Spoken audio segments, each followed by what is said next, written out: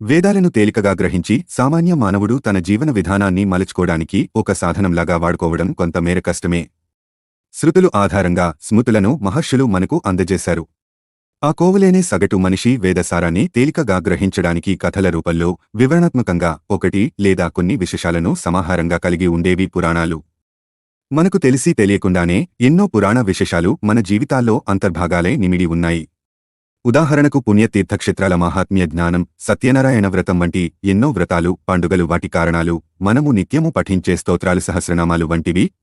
కాని ఇక్కడ మనము గ్రహించవలసిన విషయం ఒకటుంది. మనకు ఎంతగానో పరిచయమున్న రామాయణ, మహాభారత, భగవద్గీతల వంటివి పురాణాలు కావు. రామాయణ, మహాభారతాలు ఇతిహాసాలు. కొన్ని పురాణాలలో ఇతిహాస విశేషాల గురించి ప్రస్తావనలున్నా ఇతిహాసాలు ఒకానొక సమయంలో జరిగిన విశేషాలతో కూర్పబడినవి. ఉదాహరణకు రామాయణం సకలగుణాభిరాముడైన శ్రీరామచంద్రుని జీవిత చరిత్ర. శ్రీరామునితో సంబంధం ఉన్నవారు మరియు విశేషాలు రామాయణంలో ప్రస్తావించబడ్డాయి. పురాణాలు మొత్తం 18. వీటికంటూ కొన్ని ప్రత్యేక లక్షణాలున్నాయి. ఈ పురాణాలన్నీ శ్రీ మహావిష్ణువు స్వరూపంతో సరిపోతాయి. అందుకే శ్రీమహావిష్ణువును పురాణ పురుషుడని అంటూ ఉంటారు. ఆ నారాయణుడిని. అన్ని పురాణాలను రచించినది వ్యాసుడే. 1 పద్మపురాణం హృదయం. 2 వామన పురాణం చర్మం.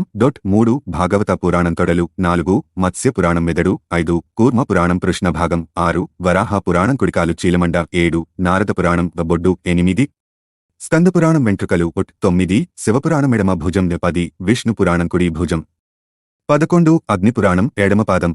12 మార్కండేయ పురాణం కుడిపాదం. 13 భవిష్య కుడిమోకాలు. 14 బ్రహ్మ పురాణం. 15 బ్రహ్మవైవర్త పురాణం. 16 బ్రహ్మాండ పురాణం. 17 లింగ పురాణం. 18 గరుడ పురాణం.